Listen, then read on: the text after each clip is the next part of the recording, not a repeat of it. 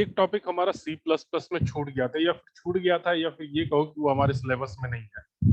लेकिन अगर हम एडवांस सी प्लस प्लस पढ़ेंगे तो एक बहुत बढ़िया फीचर्स ऐड किया गया है, तो मैं सोच रहा हूँ उसे भी आप लोगों को बताइए। इतना पढ़ाया तो कम से कम कुछ जो एडवांस चीजें हैं उसको भी टच करते हुए चलें सी प्लस प्लस में। बाकी आपका जो ऑब्जेक्ट ओरिएंटेड और यूएमएल का पोर्शन था वो नियरली सारे के सारे टॉपिक कवर हो चुके हैं। तो जो हमें पढ़ना है वो पढ़ना है टेम्पलेट्स इन सी प्लस प्लस। जैसे टेम्पलेट्स नॉर्मली हम वेब टेक्नोलॉजी में पढ़ते हैं, तो उसमें क्या होता है कि ऑनलाइन हम डाउनलोड कर लेते हैं ऑलरेडी बना हुआ टेम्पलेट डाउनलोड करते हैं, उसके अंदर कोड भी थोड़ा सा चेंजिंग करते हैं और हमें डिजायरेबल या फिर जो हमारे डिजायर्ड आउटपुट होते हैं, डिजायर्ड पेज होते हैं, वो सारे रेडीमेड प्रिपेयर हो जाते हैं, तैयार हो जाते हैं। तो वेब टेक्नोलॉजी में टेम्पलेट्स का अर्थ वो था। लेकिन अगर हम सी प्लस प्लस में टेम्पलेट के बारे में देखें तो बेसिकली जो टेम्पलेट्स हम यूज करते हैं that will be use to write generic programme.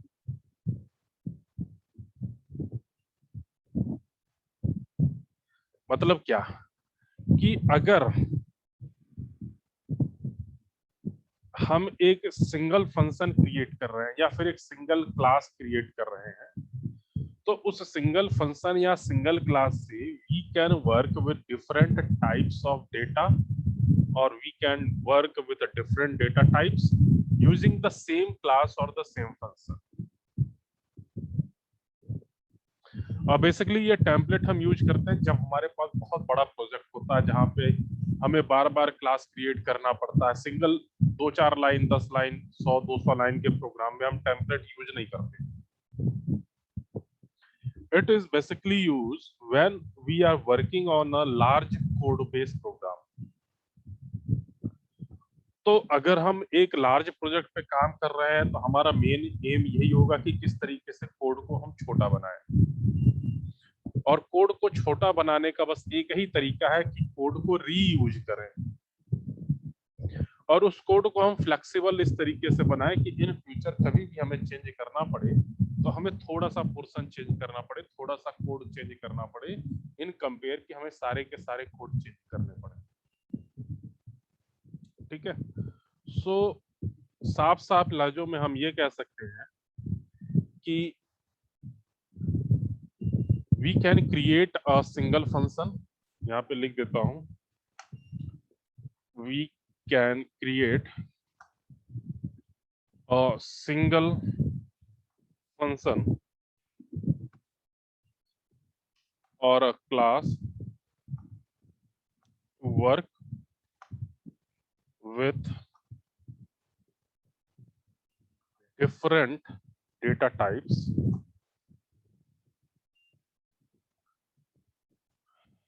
using templates।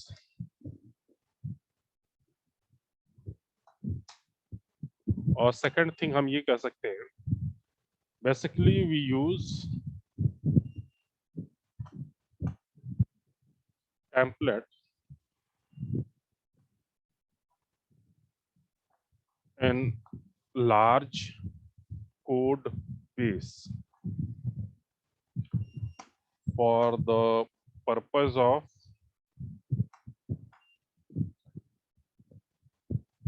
code reusability।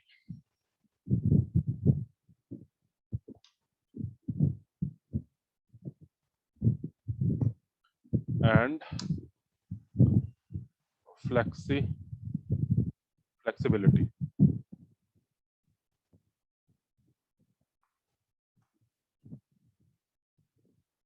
of the programs। ये दो चीजें हैं। We can create a single function or class to work with different data types using templates। And second thing is we use template in a large code base for the purpose of code reusability and flexibility of the program। Now जो template का concept है we can use into two different ways। और वो different ways कौन कौन से? First one is a function template and second one is a class template.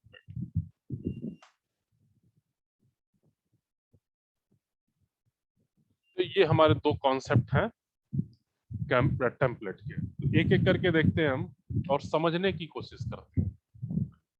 First one is a function template.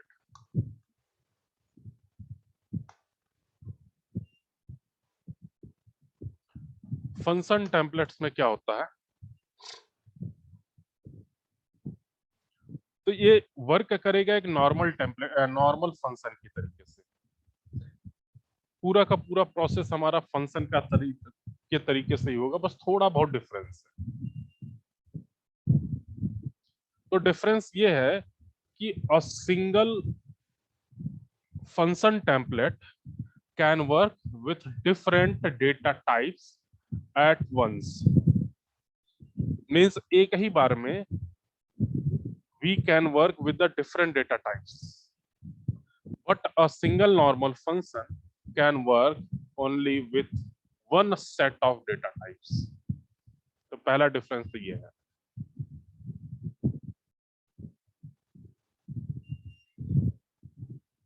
और दूसरा ये है कि if we need to perform identical operations, same तरीके के operations on two or more types of data, then we use to perform a function overloading concept to create two function with the required function declarations.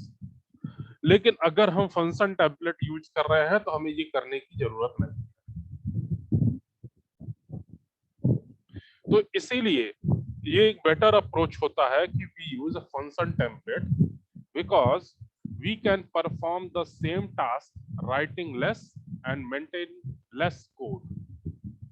जब हम code की reusability करेंगे तो हमारा code की length भी कम होगी और हमें उसे मेंटेन करने में भी कम समय लगेगा। तो this function template start with the keyword template. Start with the word template followed by template parameter. ठीक है, followed by template parameter. And this one followed by function declarations. Like जैसे कि हमने template लिखा तो इसके अंदर हम फंक्शन डिक्लेरेशंस करेंगे किस तरीके से कि हम क्लास लिखेंगे और कोई एक वेरिएबल ले लेंगे। लाइक एज मैंने एक कैपिटल टी वेरिएबल ले लिया। अब इस कैपिटल टी का वेरिएबल का यूज करके हम कोई फंक्शन लिखेंगे। लाइक एज एडिशन नाम का फंक्शन लिख रहे हैं और इसके अंदर फिर वेरिएबल यूज करेंगे और स्पेस दे करके आर्गुमेंट लिखेंगे। After that this one is the body of template function. ये पूरा सिंटैक्स है हमारा। सबसे पहले हम टेम्पलेट कीवर्ड लिखेंगे followed by template parameter and inside this template parameter we write function declarations. और फंक्शन डिक्लेरेशंस के हमें क्लास लिखना जरूरी है। ठीक है, तो यहाँ पे जो हमने लिखा है क्लास टी, तो यहाँ पे जो कैपिटल टी है this one is a template argument and this template argument accept different data types. चाहे वो इंटीजर हो, चाहे फ्लोट हो, चाहे कैरेक्टर हो, कोई भी हो, अलग अलग तरीके के डेटा टाइप्स यूज करेगा। और जो यहाँ पे क्लास लिखा हुआ ये क्लास हमारा keyword.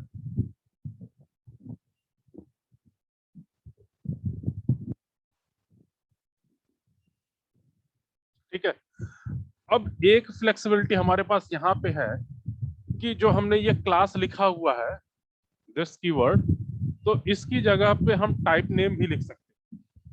Means we can also use keyword typename. ठीक है, यहाँ पे मैं लिख दे रहा हूं टेम्पलेट, उसके बाद type name, after that T means argument, template argument. तो ये भी हम काम लिख सकते हैं, या तो क्लास लिखें या फिर type name.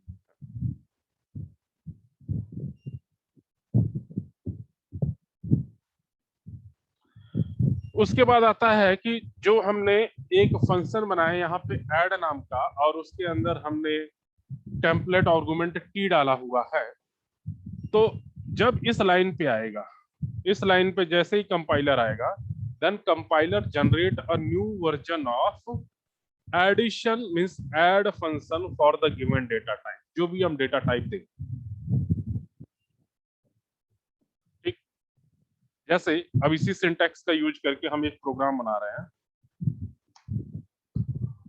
Display largest among two number. ठीक है, फाइंड लार्जेस्ट नंबर, दो नंबर की बात हो रही है, दो से ज्यादा नंबर की भी बात नहीं हो रही है, यूजिंग फंक्शन टेम्पलेट। तो क्या होगा भाई, हम लिखेंगे पहले अपना header files has include IO string, after that using namespace, standard. इसके बाद हम करेंगे टेम्पलेट फंक्शन को क्रिएट। अब टेम्पलेट फंक्शन को क्रिएट करने के लिए क्या करना पड़ेगा, आप लोगों को मैं बताया, ये सिंटैक्स क्या होगा। So we write template keyword, after that class and template argument, then create of template function. तो टी, हमने लार्ज नाम का एक फंक्शन क्रिएट किया, इसके अंदर पहले हम टेम्पलेट आर्गुमेंट लिखेंगे, मींस कैपिटल टी। उसके बाद आपको जो आर्गुमेंट यूज करना है, मींस एक बार हम n1 पहला नंबर कॉमा दूसरा नंबर, तो उसके लिए भी हमें टी लिखना पड़ेगा, स्पेस n2। ठीक है, तो ये हमारा सिंटैक्स हुआ। जो ऊपर हमने लिखा था टी आर्गुमेंट, तो आपके पास अगर दो आर्गुमेंट है तो दो बार टी लगाना पड़ेगा, मींस टेम्पलेट आर्गुमेंट। तो ये क्यों होता है, ये कोई इसका जवाब नहीं है, लेकिन हाँ सिंटैक्स यही है, तो हमें इसी तरीके से लिखना है। इसके बाद इस फंक्शन की बॉडी शुरू होगी, और फंक्शन का नाम क्या है यहाँ पे, लार्ज। तो इस फंक्शन की बॉडी शुरू होगी, और इसके अंदर हम वैल्यू को रिटर्न करा दें जो भी बड़ा है। तो टर्नरी ऑपरेटर का मैं यूज कर रहा हूं कि n1 अगर बड़ा है n2 से, देन रिटर्न कर दे n1 की वैल्यू, या फिर अगर ऐसा नहीं है तो n2 की वैल्यू रिटर्न कर दे। तो ये आपने टर्नरी ऑपरेटर पढ़ा होगा फर्स्ट ईयर में, इफ एल्स के तरीके से काम करता है।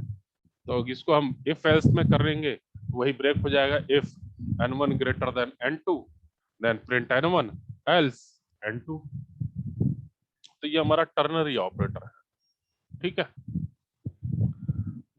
अब हम मेन फंक्शन में आएंगे, इंट मेन।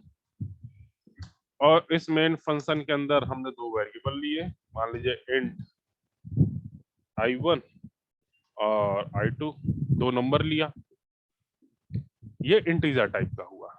अब इसी तरीके से मैं फ्लोट भी ले रहा हूं, जैसे कि चूंकि हम क्या कर रहे हैं कि फंक्शन टेम्पलेट का यूज कर रहे हैं, और पहला ही बात हमने पढ़ा है कि फंक्शन टेम्पलेट का यूज हम इसलिए करते हैं if we want to work more than one data types at the same time. तो एक बार हम f1 और f2 भी ले रहे हैं, तो फ्लोट टाइप का हो गया। एक और ले लेते हैं, मान लीजिए कैरेक्टर मैंने ले लिया, तो कैर डेटा टाइप, और दो वेरिएबल हो गए c1 एंड c2। ठीक है,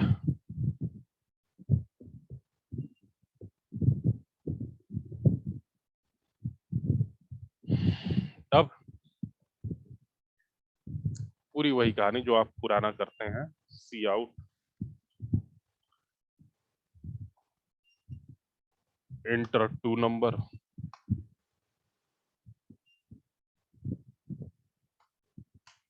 डालने के लिए C in,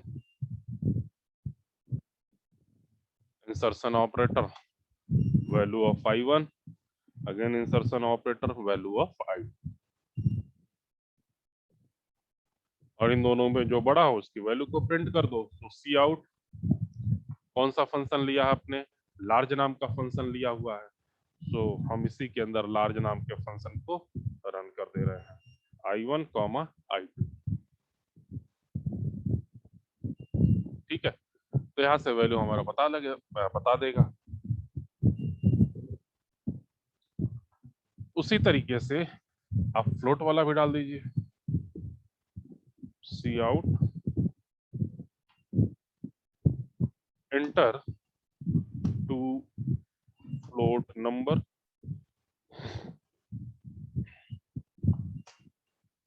C in F1 F2 and print C out। Large function चलाया और F1, F2 जो भी होगा वो वैल्यू प्रिंट करके रख देगा। और सेम काम हमारा कैरेक्टर के लिए भी होगा।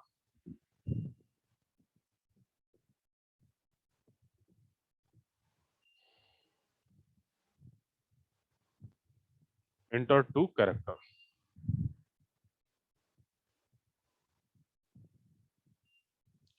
तो यहाँ पे हमने C1 डाला, C2 डाला, लार्ज फंक्शन चलाया, C1 और C2 आस्की वैल्यू लेगा। आस्की वैल्यू लेने के बाद जिसकी आस्की वैल्यू ज्यादा होगी उसको प्रिंट कर देगा।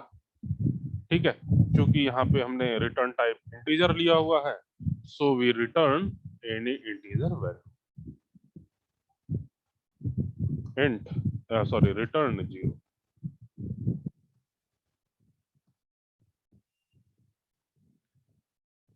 तो ये आपका एग्जांपल हो गया with using template, function template. ठीक है, तो यहाँ पे हम एक साथ 3 तरीके के डेटा पे काम कर रहे हैं, इंटीजर भी है, कैरेक्टर भी है और फ्लोट भी है।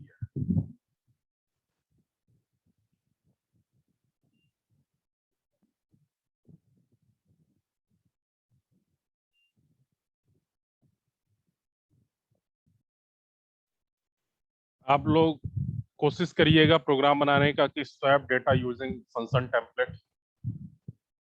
तो 2 तरीके या 3 तरीके के मीन्स तीनों यही वेरिएबल रखिएगा और यहाँ पे जो फंक्शन बनाया है यहाँ पे स्वैपिंग का काम करिएगा और कॉल कर लीजिएगा।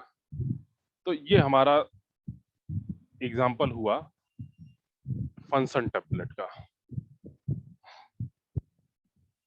नाउ अब सेकंड चीज है क्लास टेम्पलेट।